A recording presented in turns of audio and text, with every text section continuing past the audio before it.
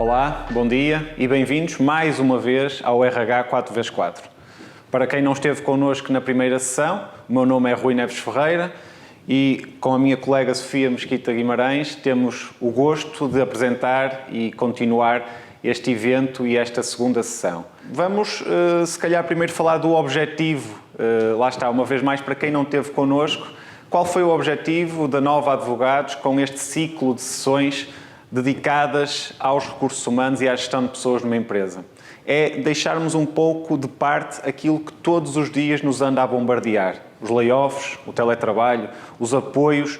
Claro que isso é essencial e na fase que atravessamos ainda mais, mas há mais vida para além da pandemia. Há outras questões, há assuntos e regimes essenciais do dia-a-dia da gestão de uma empresa e da gestão de recursos humanos numa empresa que é preciso tratar, que é preciso incentivar e que se calhar numa fase como a que estamos a atravessar, numa fase de crise, ainda mais sentido fazem e ainda uma maior importância acabam por refletir nessa mesma gestão. Relativamente à organização do evento e ainda de forma breve, ou melhor, desta sessão, dizer que nós tínhamos então organizado inicialmente em 4 sessões, entretanto decidimos criar uma 5ª sessão, um Meet the Speakers.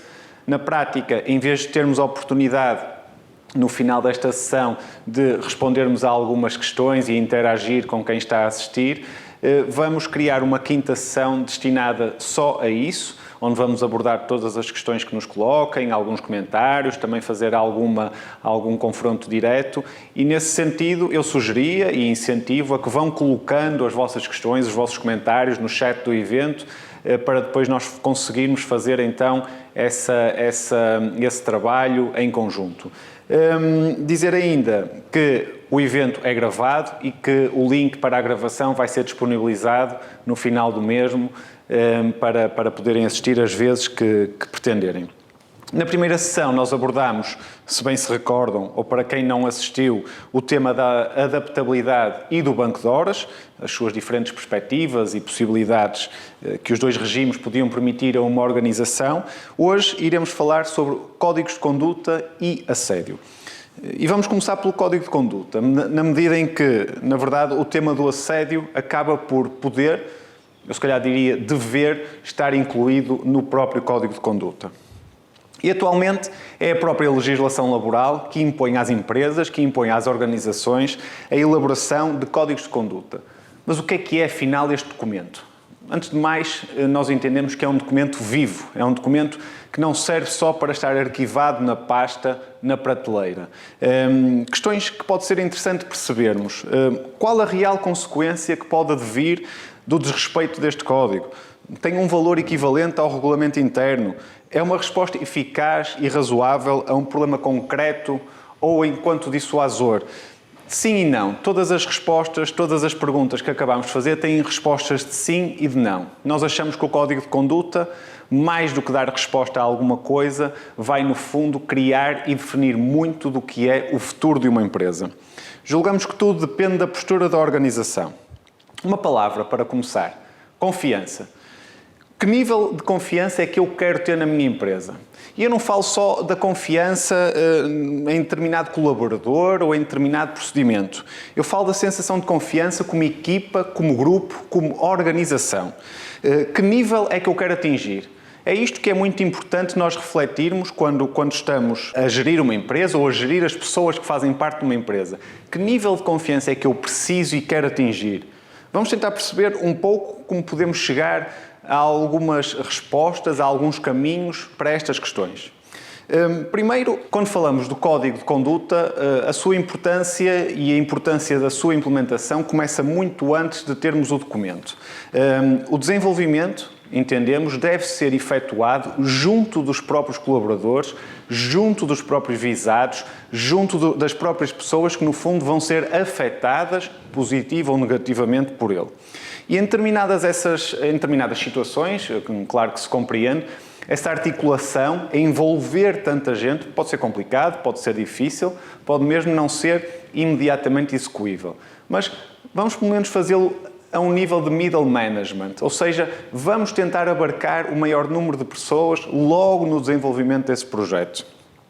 Aliás, reparemos até que já começa a ser bastante usual em empresas nacionais o desenvolvimento de códigos de ética, códigos de conduta, até não gerais, não aplicados à empresa na sua globalidade, mas aplicados a departamentos, aplicados a determinadas categorias de colaboradores, geralmente muito associados às áreas financeiras, mas não só.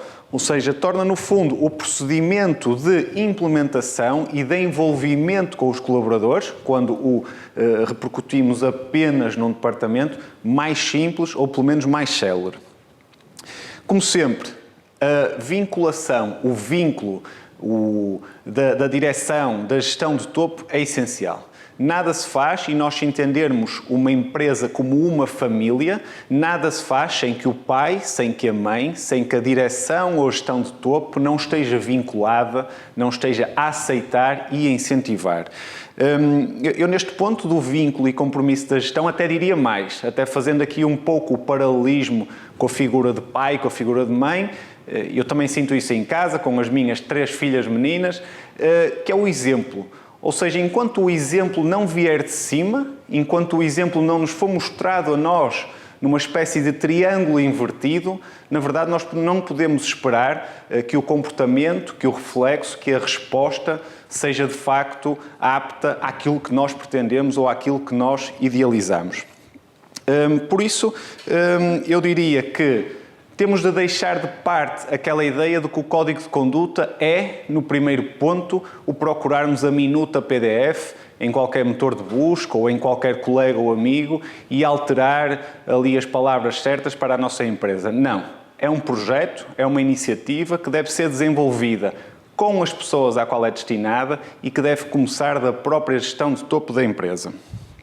Portanto, percebemos que este documento começa logo e vai logo definir muito o que é uma cultura e o mindset daquela empresa, daquele empresário, muitas vezes daquela família empresária até. E, portanto, nós na prática, vamos fazer aqui um paralelismo. Nós quando vemos um empreendedor ou sabemos que alguém vai criar uma empresa, que está a desenvolver o seu projeto, aquilo que se diz comumente é que tem de desenvolver um plano de negócio. Tem de o passar a escrito, não basta ser uma ideia, tem de ser concretizada. No nosso entender, o código de conduta, paralelamente, é o plano de vida de uma empresa. Enquanto uma empresa não tiver definido a sua missão, os seus valores, os seus ideais, aquilo que é, mas também aquilo que quer ser e claramente dizer lá o que é que não quer ser e o que é que não aceita, há algo que falta naquela empresa, há algo que falta para o futuro daquela empresa. Mas para isso, passarmos do papel para a prática, nem sempre pode ser a coisa mais simples. Estamos aqui hoje para tentar perceber um bocadinho alguns caminhos e algumas soluções. E nesse aspecto, vamos pedir ajuda aqui à Sofia. Sofia, quer nos ajudar? Claro que sim. A concretização de qualquer projeto passa sempre e primeiro pelos nossos colaboradores. E aqui na questão do código de conduta, aqui também não vai ser exceção. Então, como é que nós poderíamos começar a aplicar isto? É fácil. Primeiro, nós, como organização, temos que definir quais vão ser os nossos princípios morais, éticos e de organização e de responsabilidade corporativa que nós queremos ver vertidos no nosso código de conduta. Há regras básicas que nós temos que cumprir. Claro que, como o Rui disse, vai variar sempre para área, de negócio para negócio. Há certo tipo de negócio que justifica que dentro do código de conduta haja pequenos códigos de conduta mais específicos, mas pode ser o caso de haver uma organização em que um código de conduta geral seja suficiente para dar resposta àquelas que são as necessidades e as mensagens que nós queremos transmitir. Então, que regras base são essas que eu estava a dizer? 1. Deve ser simples e deve ser transparente. As pessoas devem conseguir perceber a mensagem que nós estamos a passar. Tem que ser inteligível, compreensível. 2. Valores, visão e missão. Isso tem que estar sempre claro.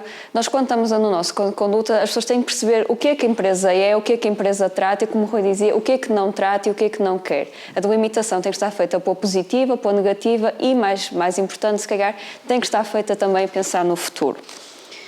Tem que envolver toda a organização, ou seja, Hierarquias, não hierarquias, middle management, tudo. Toda a gente deve estar envolvida no Código de Conduta e o Código de Conduta deve estar pensado para todos os graus da organização. E quando dizemos todos os graus da organização, também dizemos todos os graus para além da organização. Clientes, fornecedores, até do ponto de vista da concorrência e dos nossos competidores, criar princípios de concorrência desleal, ou seja, o Código de Conduta tem que ser transversal e tem que acompanhar todas as valências organizacionais. Debate aberto. O que é que nós queremos dizer com debate aberto? Se a ideia é nós chamarmos os nossos colaboradores a vir colaborar connosco, então que isto seja dado, de facto, a oportunidade de poderem dizer o que acham, o que é que não acham e como é que eles acham que as coisas se tornariam mais fáceis de viver, como é que era mais fácil para eles comportar-se como é suposto, como é requerido. Então que digam, então, da justiça de Deus o que é que eles acham. E agora, pondo as coisas de um ponto de vista mais jurídico, também faz falta, esta questão dos códigos de conduta e do assédio já tem vindo a ser debatida há muito tempo, mas aqui em Portugal foi mais ou menos em 2017 que nós começámos a pôr em lei aquilo que já se vinha a falar há algum tempo. E do ponto de vista de uma empresa, o que é que nós podemos dizer que são os grandes riscos quando tratamos do assédio? Por aí agora falando mais em concreto do assédio. Se formos aos códigos de conduta, é verdade que o Código de Conduta só é obrigatório se a nossa organização tiver mais de 7 colaboradores. Mas se calhar até por uma questão de prevenção, não é melhor termos sempre um Código de Conduta, independentemente da nossa dimensão, para que as regras também já estejam pré-definidas, as pessoas saibam como o devem fazer e por que o devem fazer principalmente? Talvez. Considerações à parte, se é ou não obrigatório o Código de Conduta consoante a organização, vamos ver então quais são as consequências que podem vir para a nossa empresa de se verificarem situações de assédio. Para começar, sempre que nós tivermos conhecimento, seja por que via for, de uma situação de assédio na nossa empresa, nós somos obrigados a instaurar um procedimento. Caso contrário, já estamos a incorrer numa ilegalidade. E quando se trata do assédio, as contraordenações costumam ser bastante mais pesadas do que até para outro tipo de contraordenação que se entende ser mais formal. Porque está em causa, muitas vezes até tutela direitos de personalidade dos nossos colaboradores. Se um colaborador que tenha estado envolvido num processo de assédio, por exemplo, como testemunha, como parte, seja o que for, se vier a ser aplicada uma sanção, no âmbito de um outro processo disciplinar, a lei já estabelece quase uma presunção de que essa sanção pode vir a ser abusiva. Também é um risco. Um colaborador que tenha sofrido assédio na nossa organização pode vir a despedir-se com justa causa e nós, empresa, temos que carregar com as consequências que uma denúncia com justa causa pode causar. E estas são apenas algumas dos riscos que nós, organização, corremos quando deixamos que as coisas cheguem ao ponto de facto, se verificar o assédio na nossa organização. Então, o que é que nós achamos que tem que ser o pensamento de futuro? É pensar antes de acontecer o futuro, é pensarmos para trás, do ponto de vista pedagógico. E o que é que nós queremos dizer com a questão pedagógica? É nós pensarmos já, por exemplo, nós temos a obrigatoriedade de dar as horas de formação aos nossos colaboradores. Porquê é que algumas dessas horas de formação, em vez de serem só horas às vezes quase vazias para cumprir calendário, ou horas com conhecimentos técnicos que muitos deles até já têm e não precisam, porquê é que nós não alocamos algumas dessas horas exatamente à sensibilização no âmbito do assédio? Se calhar estamos a juntar duas coisas numa só, estamos a ser pragmáticos, estamos a internalizar custos e estamos de facto a contribuir não só para o nosso sucesso como organização, mas também para que os nossos colaboradores tenham outras experiências e se tornem pessoas até mais sensíveis. Mas imaginamos então que o assédio de facto se verifica na nossa organização. São várias as vias, e nós vamos explorar isso mais à frente, que nós podemos adotar para tentar dar aos nossos colaboradores uma via segura de exporem a situação. Para começar, já ouvimos falar da normal denúncia anónima. Ok, faz todo sentido.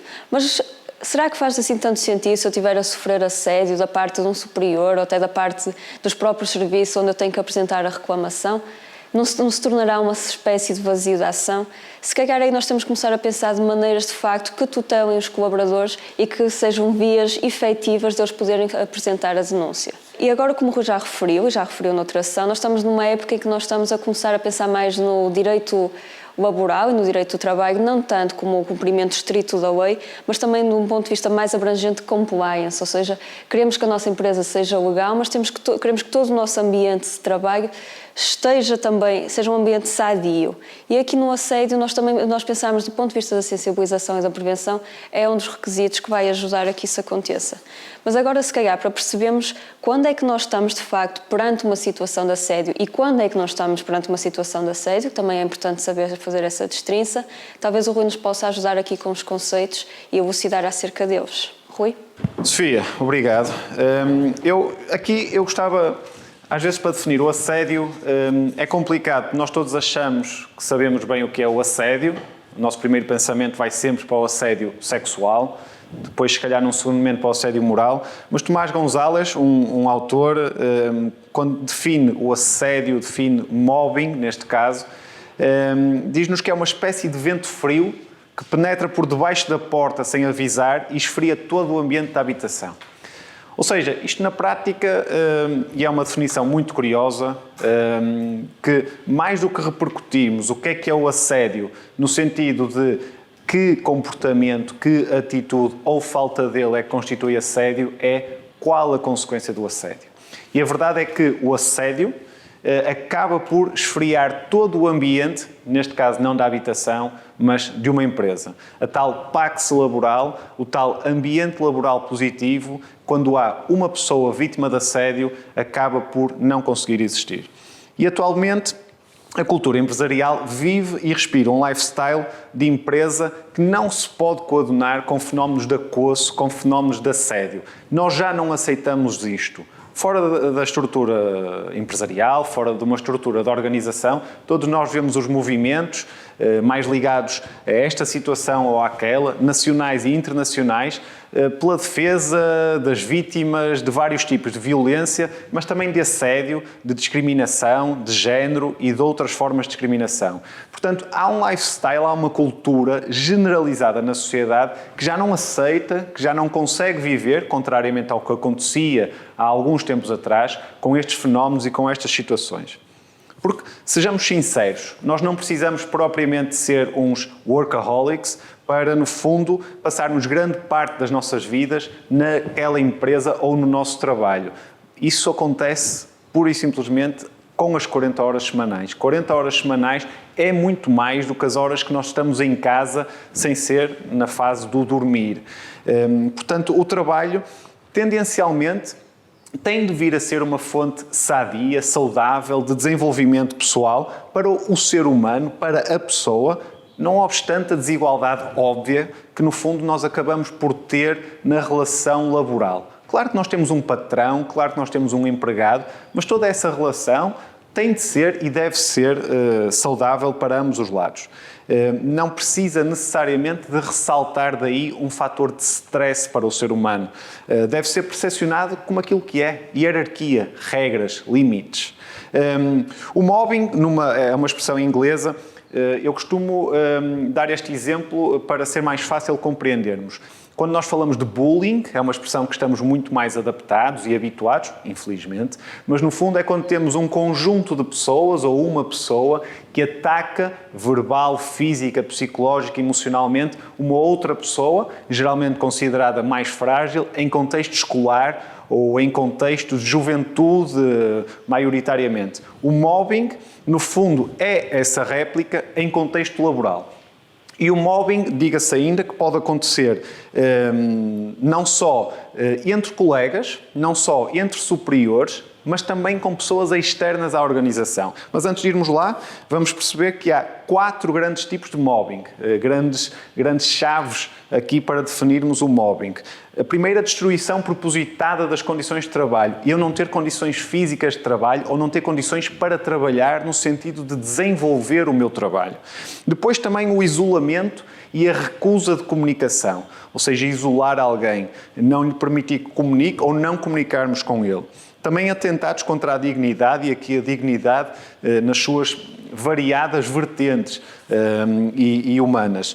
E também depois a mais comumente conhecida, a violência verbal, física ou também sexual. Nós, de facto, aqui o mobbing, o assédio, pressupõe também uma repetição, uma sistematização. Há algo que vai, de facto, acontecendo, que se repete e que atinge a dignidade ou integridade psíquica ou física de uma pessoa, neste caso de um colaborador, e acaba mesmo por pôr em perigo o seu emprego ou degradar bastante o seu clima de trabalho. Nós sabemos na prática, e esta definição muito geral de assédio, muito técnica ou jurídica, embora também tenha um grande contributo da área da psicologia, mas nós na prática sabemos que o assédio pode ser muito mais do que isto, mas também pode ser muito menos. Há formas muito leves de assédio, mas também não o devemos confundir com aquilo que não é. Vamos tentar perceber então, e nos tipos de assédio moral e sexual, distingui-los e definir melhor o que é que está aqui em causa. Portanto, o primeiro, o assédio moral, é quando assistimos a ataques verbais de conteúdo ofensivo ou humilhante, mesmo físicos às vezes. Pode abranger violência física, psicológica. Em última análise, o objetivo é a desvinculação do próprio trabalho, do próprio emprego, quer ativa ou passivamente. Portanto, eu posso estar a fazer isso como autor do assédio para provocar essa reação no assediado, na vítima, ou então pode ser mesmo uma forma de gestão que acaba por provocar isso da parte da vítima.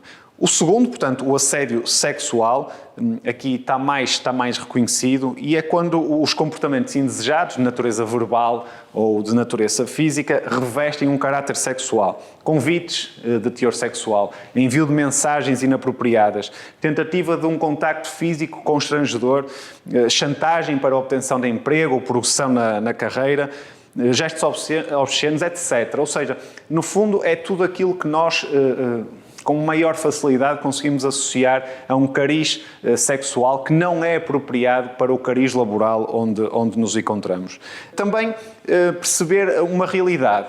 Nós muitas vezes associamos o assédio e estas situações de pressão a situações verticais, ou seja, de um chefe para um subordinado, ou a situações entre colegas. Nós aí falamos, no fundo, do mobbing vertical ascendente, descendente, ou seja, de um superior para um subordinado, ascendente de um subordinado para um superior, quando, por exemplo, tenta colocar em causa o trabalho do chefe para que possa vir a ocupar a posição dele, mas também horizontal, ou seja, aquele que ocorre entre colegas, no sentido de pôr em causa o trabalho dele ou no sentido de aproveitar os projetos que ele desenvolve como se fossem iniciativas e ideias do próprio.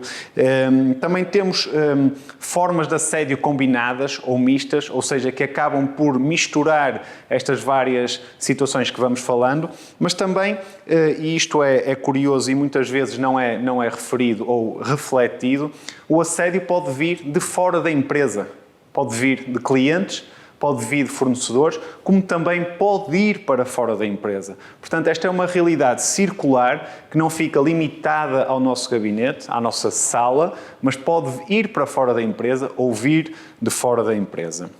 No fundo, diz que podem praticar assédio todas as pessoas que tenham acesso àquele local de trabalho, independentemente da sua qualidade. O mesmo podemos dizer em relação às vítimas de assédio. Não há um perfil de vítima único e desengane-se quem pense que geralmente são pessoas mais frágeis, mais fracas ou com alguma limitação. Bem pelo contrário, no contexto laboral, muitas vezes as principais vítimas de determinados tipos de assédio são aquelas que têm maiores qualidades, que têm maior propensão, se calhar, numa progressão mais rápida da carreira e que então são os tais alvos a abater. Isso muitas vezes acaba por criar na organização ou em determinadas pessoas a necessidade de se salvaguardarem a si próprias como profissionais, o seu posto de trabalho, e acaba por desplotar uma série de comportamentos que são de todo contra a natura ou pelo menos não serão muito positivos para a organização.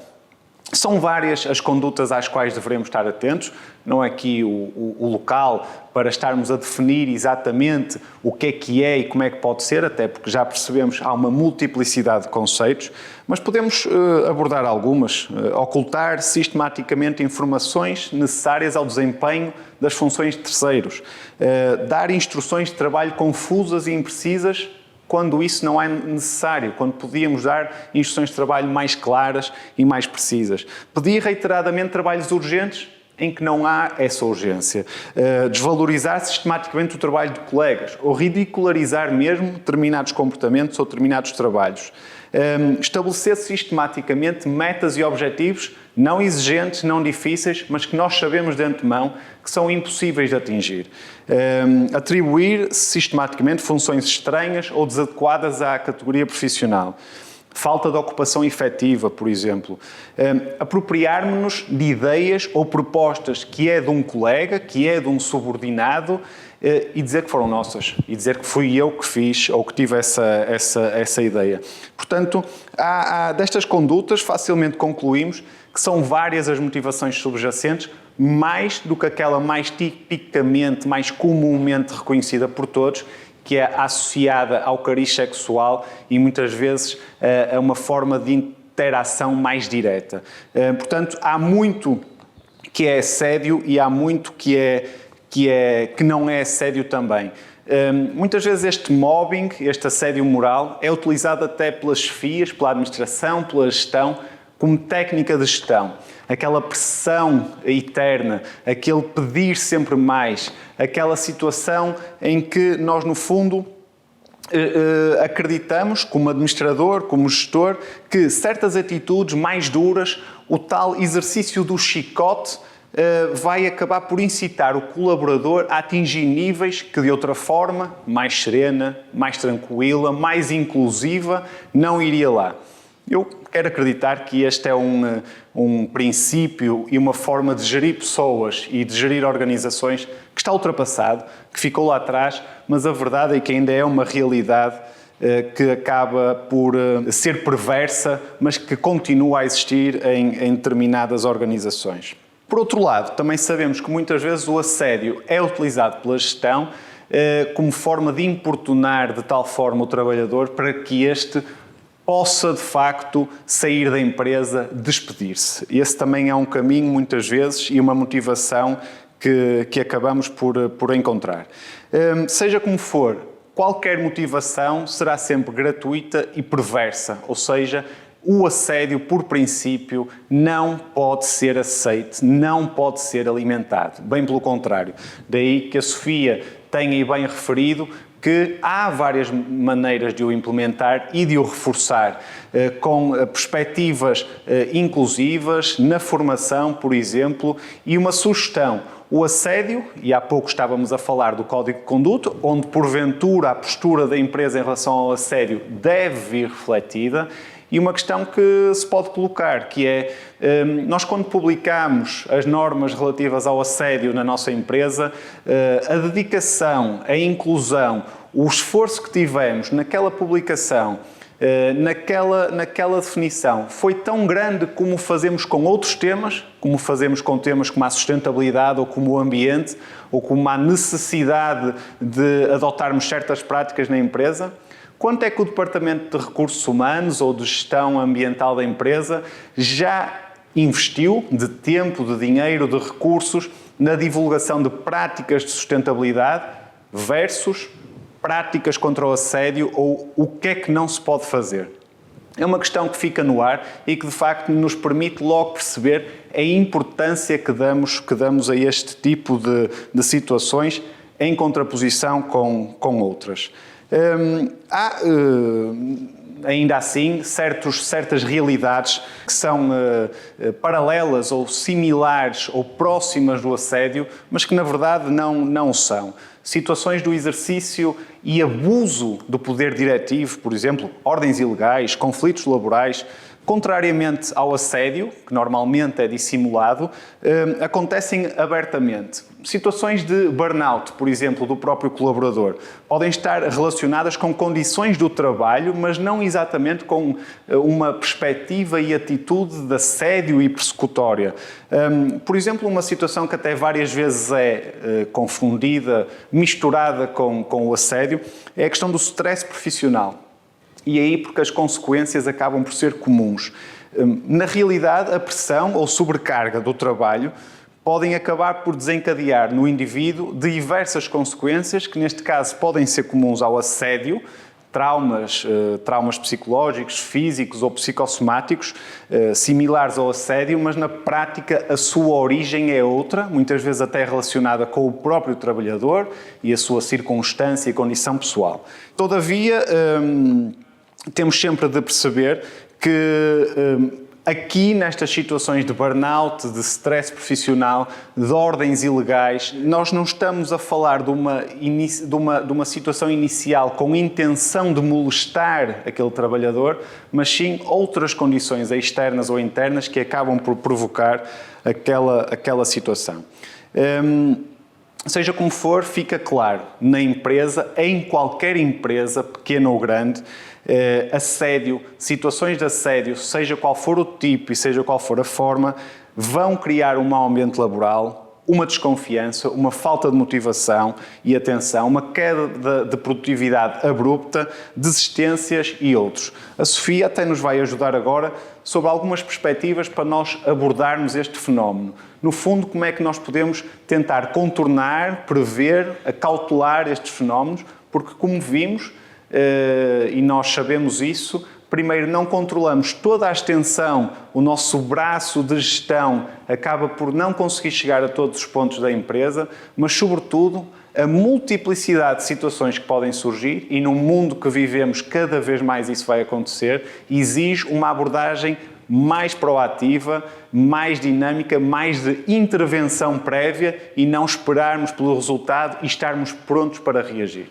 Sofia. É verdade, mas a primeira perspectiva que nós temos que ter para lidar com este fenómeno é que é preciso, da parte do colaborador, em primeiro lugar, coragem. Mas quando dizemos coragem da parte do colaborador, é do colaborador e também das pessoas que podem perfeitamente ver estas situações e não as denunciam ou por medo de represálias da parte da empresa ou por medo de virem elas também ser vítimas de assédio, ou seja, é uma coragem institucional, vamos dizer assim. E quando é institucional, também uma coragem das FIAs e dos recursos humanos para criarem meios efetivos de combate ao assédio em que as pessoas sintam que podem denunciá-lo e que ele vai ser combatido, ou seja, é de facto uma coragem transversal e é uma modo de atuação, é uma assertividade combatida com alguma sensibilidade. É uma mistura dos dois. E porquê que nós agora decidimos falar tanto do assédio, ou porquê que o assédio se tornou tanto uma realidade? Acho que há vários fatores que podem explicar o aumento da incidência do fenómeno, mas nós vamos destacar alguns. Em primeiro lugar, o aumento da pressão competitiva dentro das empresas. Isso resulta não só da precarização dos vínculos laborais, mas também do facto de haver uma cada vez maior oferta no mercado face àquela que é a procura. E agora também com a situação da pandemia, sabemos que se calhar esta situação vai continuar a piorar e que o assédio, até pelo próprio stress que as pessoas estão sujeitas, pode até vir a tornar-se uma questão cada vez mais pertinente. Mas não é o único fator.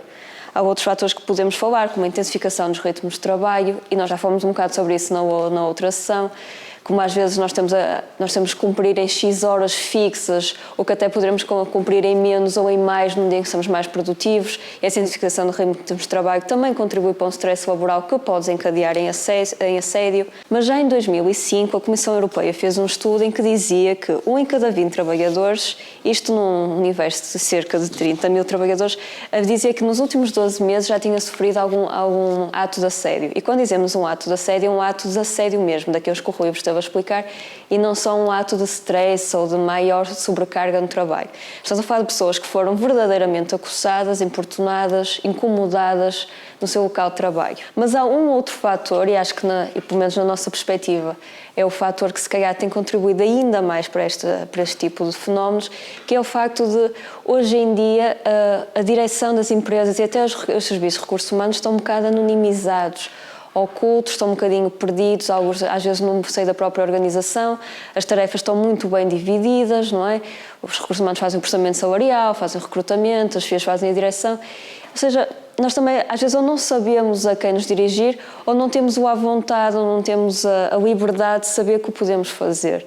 E achamos, sinceramente, que será nos recursos humanos, mais até do que nas FIAs, se calhar, que poderá estar o elo de ligação entre o combate ao assédio e essa porta de entrada a uma denúncia do assédio. O Rui também já falou há bocado, e é verdade, nós, se calhar muitos de nós também já trabalhamos em vários sítios, e quando nós passamos pelos cartazes da empresa, pelos painéis da fixação, tudo o que diga respeito a regras de conduta, seja o assédio, sejam outras, temos assim uns words muito chatos que ninguém lê, com letra 12, ninguém quer saber.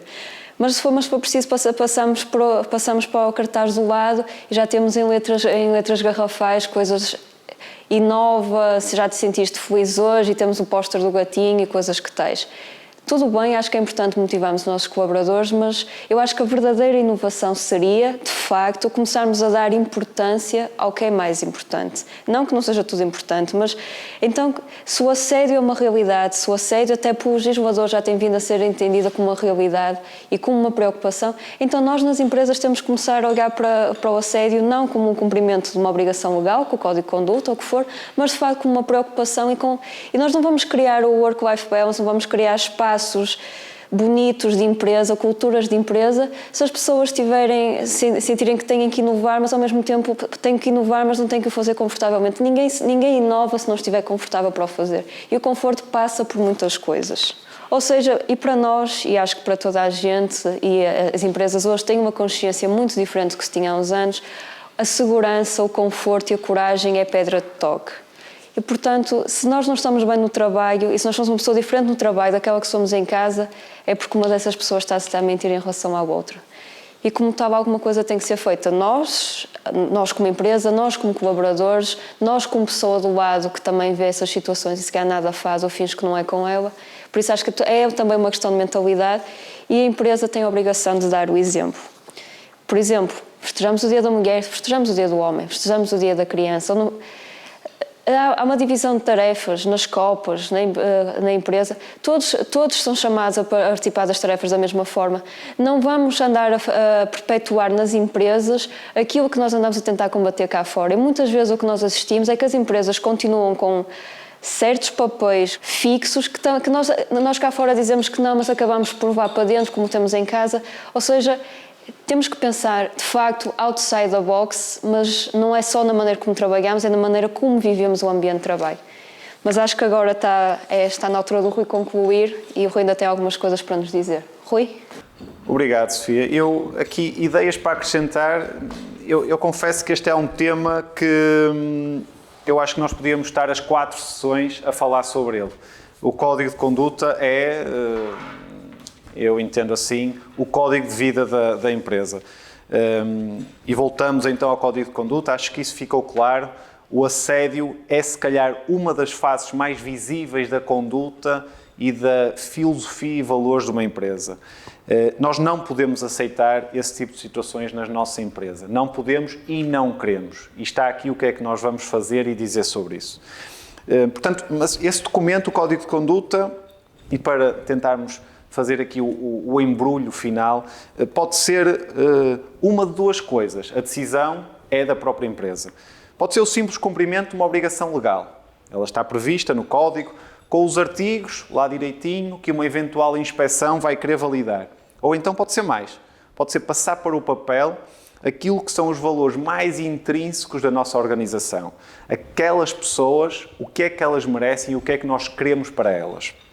A este respeito, e eu até gostava de fazer aqui esta referência, há um autor e orador que é subejamente conhecido, o Simon Sinek, e ele fala-nos numa obra publicada em várias palestras de uma mentalidade finite mindset versus infinite mindset. Uma mentalidade finita versus uma mentalidade infinita, isto aplicado às empresas e empresários.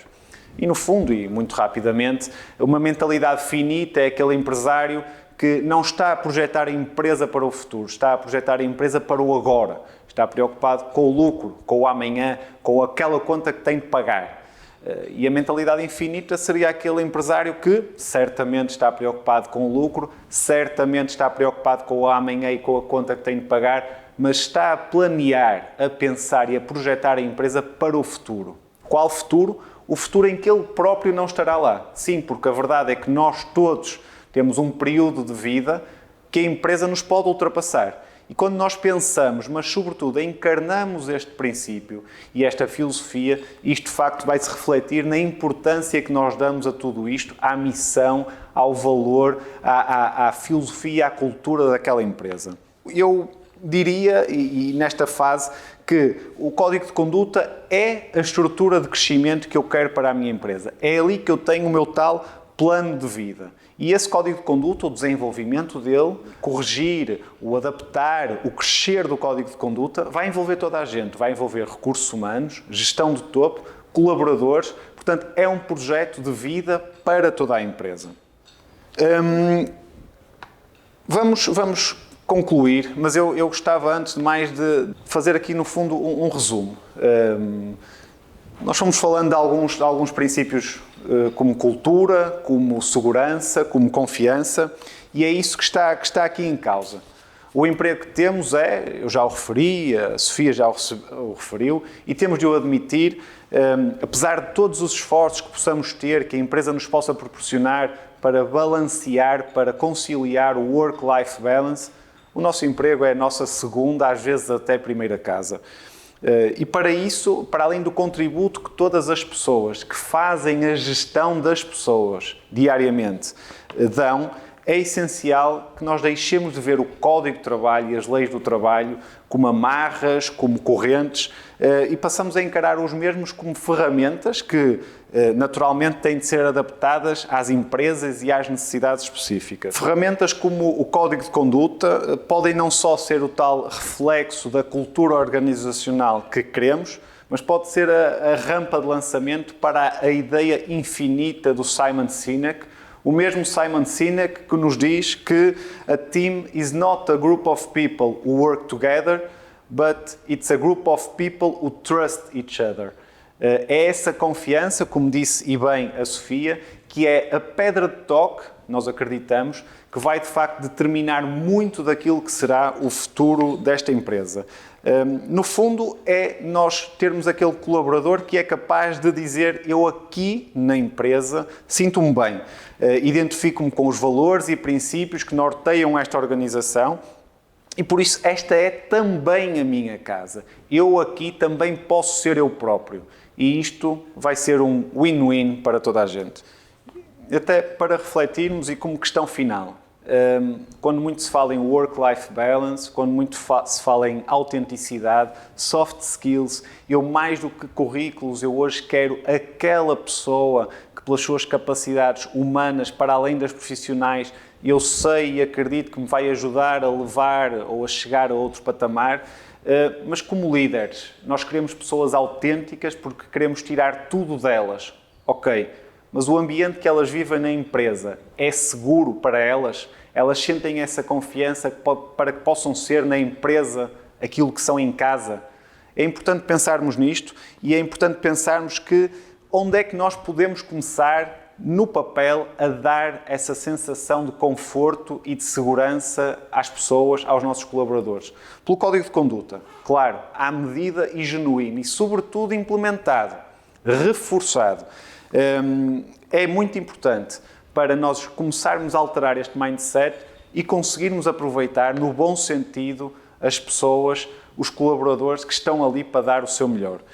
Chegamos ao final desta segunda sessão e eu resta-me agradecer em meu nome, em nome da Sofia, mais uma vez também em nome da Nova Advogados, agradecer também a toda a equipa que tornou este evento possível, agradecer a presença de todos que estiveram connosco a assistir. Eu espero novamente que tenha sido um momento de partilha de conhecimento e, sobretudo, momentos frutuosos e que consigamos amanhã nas nossas empresas, ainda que não aplicar tudo, mas pelo menos refletir sobre estes temas.